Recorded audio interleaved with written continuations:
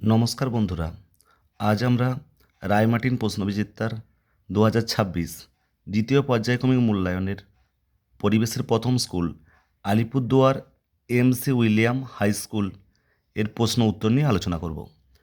একের দাগের একশৃঙ্গ গণ্ডার দেখা যায়, উত্তর হবে গয়েরটি জলদাপাড়ায়। একের দাগের 2, রেলের ইঞ্জিন তৈরির কারখানা আছে, ক্ষয়ের উত্তর চিত্তরঞ্জনে। একের দাগের 3, অর্কিডের জন্য বিখ্যাত শহর, কয়ের দাগের উত্তর কালিম্পং।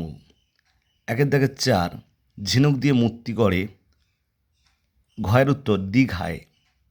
একের দাগের 5, প্লেগ রোগীদের সেবা করেছেন, ঘয়ের উত্তর ভগিনী নিবেদিতা। দুয়ের দাগের 1, গঙ্গা হলো নিত্যবহ নদী, এটা তোমাদের টেক্সট বইয়ের 67 নম্বর পাতায় রয়েছে। দুয়ের দাগের 2, দ্বারকেশ্বরের দক্ষিণে রয়েছে শিলাবতী নদী, এটা তোমাদের 66 পৃষ্ঠায় রয়েছে টেক্সট বইয়ে। দুয়ের দাগের 3, কুলিক পাখিরালয় ড্যাশে অবস্থিত, এটা হচ্ছে রায়গঞ্জের কুলিক নদীর পাড়ে অবস্থিত।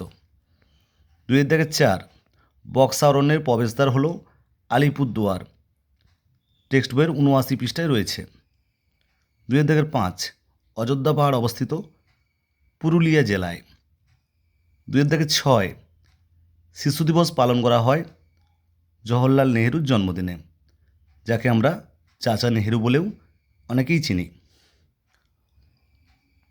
তিনের দাগের স্তম্ভ মেলাও। তিনের দাগের 1, ম্যানগ্রোভ জাতীয় গাছ, উত্তর হবে বাইন, অর্থাৎ গয়ের উত্তরটি হচ্ছে সঠিক উত্তর। তিনের দাগের 2, সিউড়ি, উত্তর হবে ওর দাগেরটা মোরব্বা। 3.3, রবীন্দ্রনাথ ঠাকুর, কয়ের উত্তর শান্তিনিকেতন। তিনের দাগের 4, রেশম কীট, ক্ষয়ের উত্তরটি তুঁত গাছ। তিনের দাগের 5, কীটনাশক, ঘয়ের উত্তর নিম পাতা।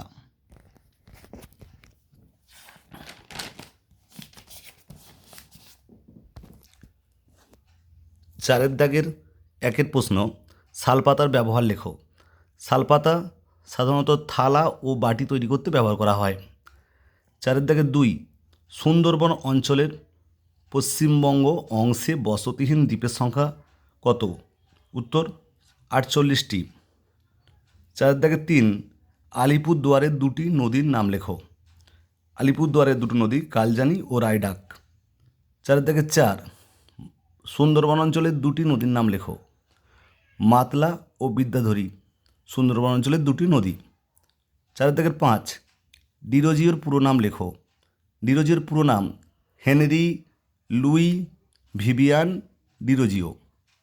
চারের দাগের 6, সিঙ্গলীলা পর্বতশ্রেণী কোথায় অবস্থিত? সিঙ্গলীলা পর্বতশ্রেণী দার্জিলিং জেলা, নেপাল ও ভারতের পশ্চিমবঙ্গ সীমান্তে অবস্থিত। 5এর দাগের ক, পশ্চিমবঙ্গের সবচেয়ে উঁচু পর্বতশৃঙ্গের নাম লেখো। পশ্চিমবঙ্গের সবচেয়ে উঁচু পর্বতশৃঙ্গ সান্দাকফু, এর উচ্চতা 3636 মিটার। 5এর দাগের 2, হারভেস্টার কি, এর ব্যবহার লেখো। হারভেস্টার হলো ফসল কাটা ও ঝাড়ার আধুনিক যন্ত্র। ব্যবহার, হারভেস্টার দিয়ে ধান ও অন্যান্য শস্য অনেক কম সময়ে কাটা, ঝাড়া বা খড় থেকে আলাদা করা যায়। 5এর দাগের 3, ডিভিসির পুরো নাম লেখো, কেন তৈরি করা হয়েছিল? ডিভিসির পুরো নাম দামোদর ভ্যালি কর্পোরেশন। ডিভিসি তৈরির উদ্দেশ্য ছিল 1 নম্বর দামোদর নদের বন্যা নিয়ন্ত্রণ করা, 2 নম্বর কৃষি জমিতে জলসেচ দেওয়া, 3 নম্বর বিদ্যুৎ উৎপাদন করা। 5এর দাগের 4, নিত্যবহ নদী বলতে কী বোঝো?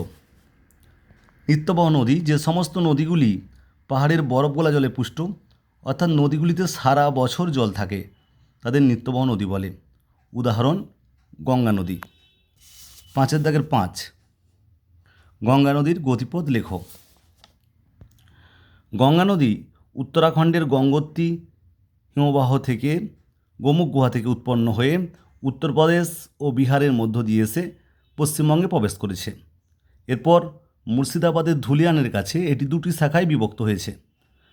চওড়া শাখা পদ্মা নামে বাংলাদেশে প্রবেশ করেছে, আর অন্য শাখাটি ভাগীরথী হুগলি নামে পশ্চিমবঙ্গের দক্ষিণে প্রবাহিত হয়ে বঙ্গোপসাগরে মিশেছে। 5-এর দাগে 6, অর্থাৎ 5-এর দাগে 6-এর যে উত্তর, লুপ্তপ্রায় মাছ কাকে বলে, উদাহরণ দাও। যেসব মাছ নদী বা জলাশয়ের খুব কমে গেছে বা অদূর ভবিষ্যতে হারিয়ে যাওয়ার সম্ভাবনা আছে, সেই সমস্ত মাছেদের বলা হয় লুপ্তপ্রায় মাছ, উদাহরণ সরপুঁটি।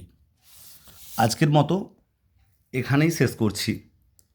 পরের প্রশ্ন আবার পরে আলোচনা করব। যদি ভালো লাগে তাহলে বন্ধুদের মধ্যে বেশি বেশি করে শেয়ার করো, আর চ্যানেলটা সাবস্ক্রাইব করতে কিন্তু ভুলো না।